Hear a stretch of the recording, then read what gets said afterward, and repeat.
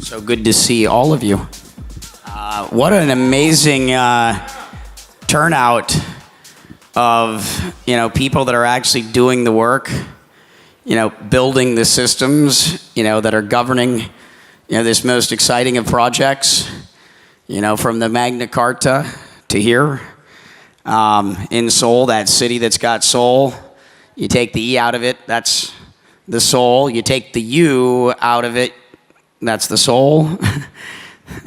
What an exciting time. What have we been live? 6 weeks, coming up on 7 weeks right now. Does it feel like 6 weeks? 6 weeks of burning the candle at both ends, I'm sure. But yeah, look at all that we've accomplished in that short period of time. What, third most active blockchain, seeing incredible transactions per second. And look at the amount of community involvement. And I'm chain agnostic. I believe that if anyone builds something that makes the world a better place, we all win.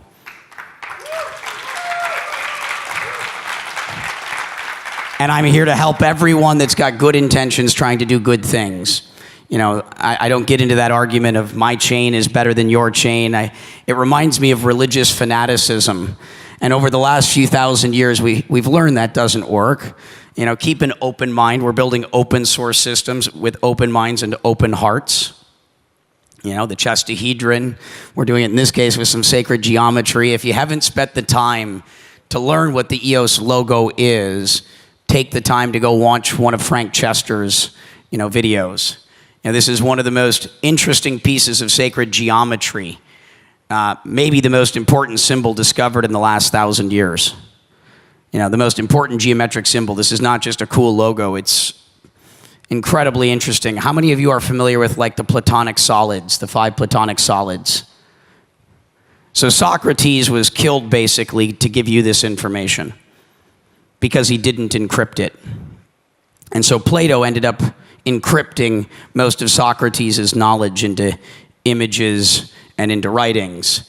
And those are the 5 Platonic solids. This is the equivalent of number 7. It's a big deal. We're spending some time understanding it because it is the sacred geometrical shape of the heart.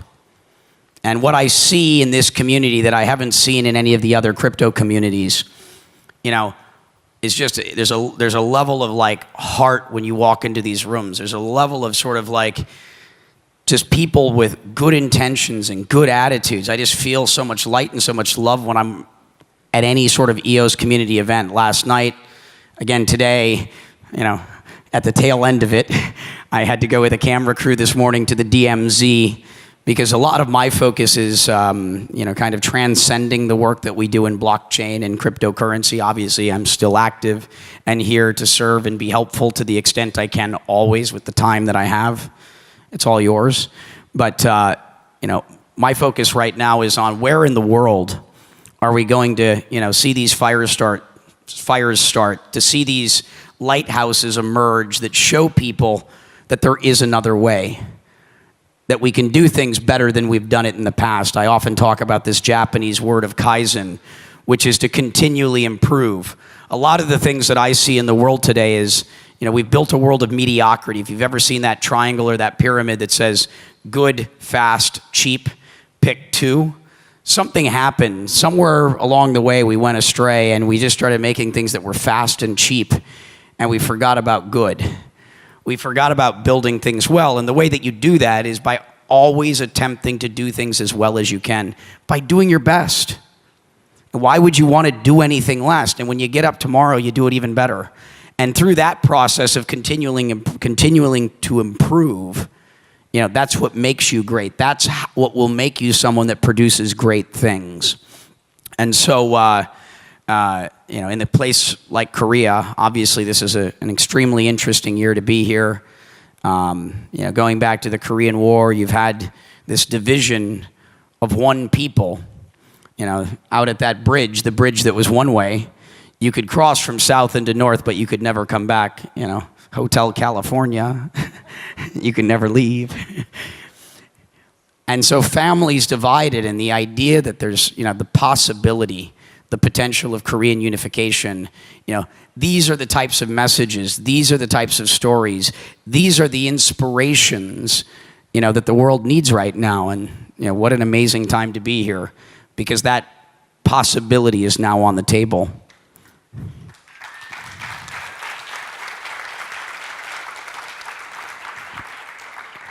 I'm also very focused right now on the Philippines, because the Philippines is the market that looks to me most likely to deliver on the promise of financial inclusion. The other half of the humans that live on this planet that are not financially included, that don't have access to banking systems or very limited access to banking systems. And the Philippines is very interesting. It's got a population of 100 million people, 80% of whom are unbanked. They were the largest social networking market when Friendster was out. That was where Friendster's largest user base was. So it's not like they don't get it. It's not like they're a connected society. They speak English, a whole bunch of things. And Coins.ph, as well as the other entrepreneurs that have been actively building down there over the last 3-4 years, they have 5% market share of the population on blockchain wallets, a lot of which is for money remittance. Filipinos that leave the Philippines to go work abroad to generate money to send back home to their families, making, kind of the ultimate sacrifice, to go off to the Middle East or wherever it is that they end up going to, work pretty hard and far from home, but for the benefit of others. And so they had, in terms of money remittance, this is the movement of money, they used to have 28% of their GDP that came from money remittance. That's down now because things have actually been going well there. But you now have a government there that's created a special economic zone. You've got a central bank that's on board because they recognize the potential for the impact, and this is government that is actually being stewards and actually thinking about what is best for their people and what they need. And so the Philippines are going to get very interesting. I don't know how much you know about the Ring of Fire, but that's the entire Pacific Ring. It's feeling very much like we're entering into the Pacific Century right now. This is where the action is. And to bring it back to the last of the 3 places I'm focused on, some of you may know, but Puerto Rico is one of them. Puerto Rico is where Christopher Columbus first sailed, first landed in the Bahamas, but he set up shop in Puerto Rico. So all of Europe's influence on the Americas essentially began in Puerto Rico. And Puerto Rico, like the Philippines, both were part of the United States in 1898. At the end of the Spanish War, they were both given as concessions to the United States, kind of like brother and sister, siblings of sorts. And so what was the first state isn't the 51st state, it's become the forgotten state. And so they've gone through 500 years of hardship, and there's an opportunity to make a difference there, and some amazing things are happening. Right here, blowing my mind. I mean, certainly one of the most beautiful things I've ever seen is a group of people have come together here and created the Korean Puerto Rican Friendship Foundation. And they've got 60 Korean blockchain companies looking to move to Puerto Rico, and they're creating scholarships and systems to bring Puerto Ricans to Korea. I didn't think this Puerto Rican story would resonate across the world. And that's pretty much all the way across. It's an incredible thing to see. And so why is Korea where it is today? Most people might not know that, but it came from the games business. It came from the fact that Korea was the mecca of the games industry, for the online game industry. And why did that happen? It's an interesting history. So when you used to have game consoles, like your Segas, your PlayStations, your Nintendos, that was a packaged software business. You would buy a box, take off the plastic, which we need to be using less of, insert your game and play. But piracy was a big problem, or put it into your computer. Piracy was a big problem in both China and Korea in terms of gaming. And so you had these huge user bases of people that loved to play these games, but the companies that were producing them weren't able to make any money. And they're like, well, what do we do? How do we get a business model that will function in these places? And they recognized that they needed to create connected games, online games, networked games, so they could charge a subscription fee for accessing the game server and to create multiplayer games. And so that really emerged here in Korea and then China, the sort of online gaming movement. And that's where the industry and the rest of the world followed, from going from packaged software to software as a service. But this was the beginning of virtual worlds. These were the beginning of sort of virtual currencies and virtual assets. A lot of the work that we're doing here in the real world, began there. And so Korea and China, having done this for so long, are kind of like 5 years ahead of the rest of the world. It's just a more evolved culture in terms of understanding, where the digital meets the real. And that's essentially what we're doing today now for real, in the main game. And so what an exciting thing to see, and to see how much is happening here, and to see, so much heart in the room. And I just want to thank everybody, and I'd love to connect with everyone whenever possible. I make all the time that I have. I've committed to living my entire life in this vessel in service. And, I'm here to serve all of you, and to the extent I can be helpful, please reach out. I'm here trying to be everywhere, as many places as one can with the time that we have in a day, and, it comes at the expense of sleeping. I don't sleep much. This trip, to make it especially challenging, I just flew here from Ibiza. So I've been restoring an ancient farm there, an old castle of sorts, a finca.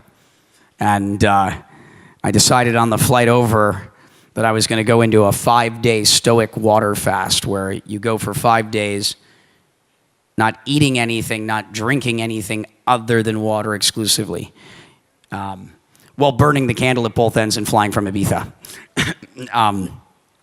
I made it 2.5 days, and then I had to have a little salad. But I'm still running on almost nothing but water. It's a good test to practice discipline. Intermittent fasting. It's important all of us are healthy. We have important work to do. We are changing the world for the better. We are doing things that are going to change the lives of everyone, and for billions of people, in a major, major way. I can't think of a better thing to do with our lives. One of the other concepts I talk about often is this other Japanese term, and I know that the Japanese terms might not be the favorite, but Satoshi used a Japanese pseudonym, so I'm playing in that same vein. And this is a concept known as ikigai, and that is to figure out what you love, what you're passionate about, figure out what you're good at, and what the world needs. And often what you're good at, I talk about this concept, is we are all superheroes, or we have the potential to be superheroes. What you're good at is, as Malcolm Gladwell would say, what are the things that you put 10,000 hours into? What are the things that uniquely make you, you? And these are your gifts. Some of those things come naturally, and we often gravitate to those things that come naturally into our lives because it's easier and it just flows kind of naturally. But you can learn anything. You're capable of most anything. But figuring out what you love, what you're good at, and what the world needs. When you find the center of those 3 rings, that is finding your life's purpose. And money doesn't even matter at that point. You don't need to focus on making money. The less you focus on making money, in some ways, it actually comes easier.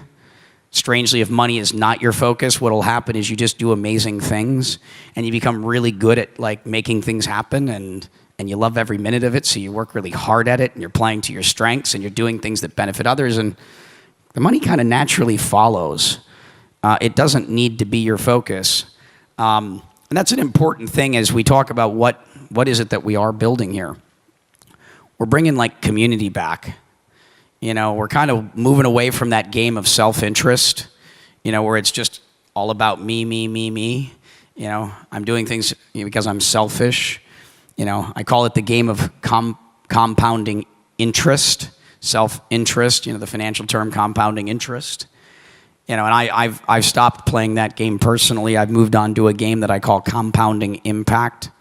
And how is it that you go make as big an impact in the world? And life is really good at that point. And so as we build communities, as we think about systems of governance, the way that you build a successful system in this space is by putting your community first. by actually being a steward and by serving your community first, foremost, and always. You know, if you always put your community first and do what is in the best interest of them, and you've done the other things right, the stars have aligned, you know, you don't need to worry about what you get. You're going to do pretty well because you've served well. And that is how you go from building, as we move through the alphabet, from A to B as in business, to C, what we're doing here. We're building communities. And a successful community is one where you don't have leaders that are trying to run with their egos and trying to be in charge and say, it's, you know, my company, I'm the owner, this, that. You know, it's people that are saying, how can I go make a difference in the world, and how do I serve that community to the best of my abilities? You know, this is just important stuff not to get lost. Not that any of you, I think, need that lesson, but it's still, you know, good to be reminded. I want to make sure that there's time for everybody else, but what a pleasure, what a privilege, what an honor to be here with all of you. I look forward to connecting with every single one of you to the extent we're able to do that. Sorry I'm so late both days in a row, but duty calls. Kamsahamnida. Thank you.